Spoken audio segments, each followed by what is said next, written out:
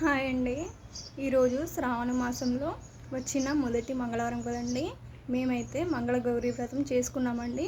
నేను 14 ఇయర్స్ తర్వాత first time అండి చేసుకోవడం. ఇంతవరకు ఎప్పుడు చేసుకోలేదు. మా మ్యారేజ్ అయ్యి 14 ఇయర్స్ అవుతుంది. ఇందులో ఫస్ట్ రోజు మంగళగౌరి వ్రతం అనేది చేసుకున్నానండి. పూజ అనంతరం మనకు అందరు కలిసి ఒక షాక్ ఇచ్చారండి. ఏంటో తెలుసా అండి, ఇంతవరకు నేను ఎప్పుడు ఏం లేదు. కుంకుమ పూజలు, సత్యనారాయణ వ్రతం అన్నీ చేసుకున్నాం, కానీ ఈ పూజ మాత్రం ఎప్పుడు చేసుకోలేదండి. ఫస్ట్ టైం చేసుకున్నాను.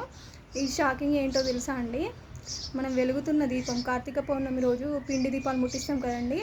ఆ పిండి దీపాన్ని మనం నేతిలో వేసి ముట్టించి తర్వాత అయ్యగారికి ఇస్తే అయ్యగారు మనకు వెలుగుతుండగానే డైరెక్ట్గా ఇట్లా నోట్లో వేస్తాడండి.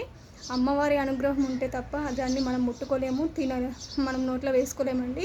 వెలుగుతున్న దీపాన్ని మనం చేతితో పట్టుకోవాలంటేనే చేయి కాలుతుంది అని అగ్గిపుల్లతోటో మనకు అగరబత్తి పుల్లతోటో అంటాము. కానీ అది మాత్రం డైరెక్ట్గా తీసి నోట్లో వేశాడండి. చూడండి, మనకి ఎక్కడ కూడా గింత మచ్చలేదు, కాలలేదు, ఏం లేదు.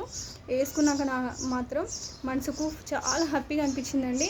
ఫస్ట్ టైం అండి వేసుకునే అంతవరకు వాళ్ళు చెప్పగానే గుండెలో దడదడ మోగిపోయిందండి. డబా కొట్టుకున్నాయి గుండెలో.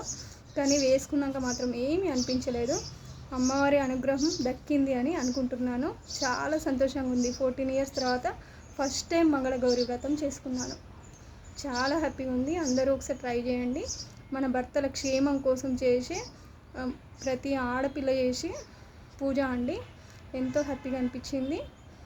మన పసుపు కుంకుమలు 10 కాలాల పాటు చల్లగా ఉండాలంటే ప్రతి ఒక్కరూ ఇలాంటి పూజలు అనేది ఆచరించాలని మనస్ఫూర్తిగా కోరుకుంటున్నాను. చూడండి, అమ్మవారి అనుగ్రహం ఉంటే మీరు కూడా తప్పకుండా వెలుగుతున్న దీపాన్ని మింగగలుగుతారు.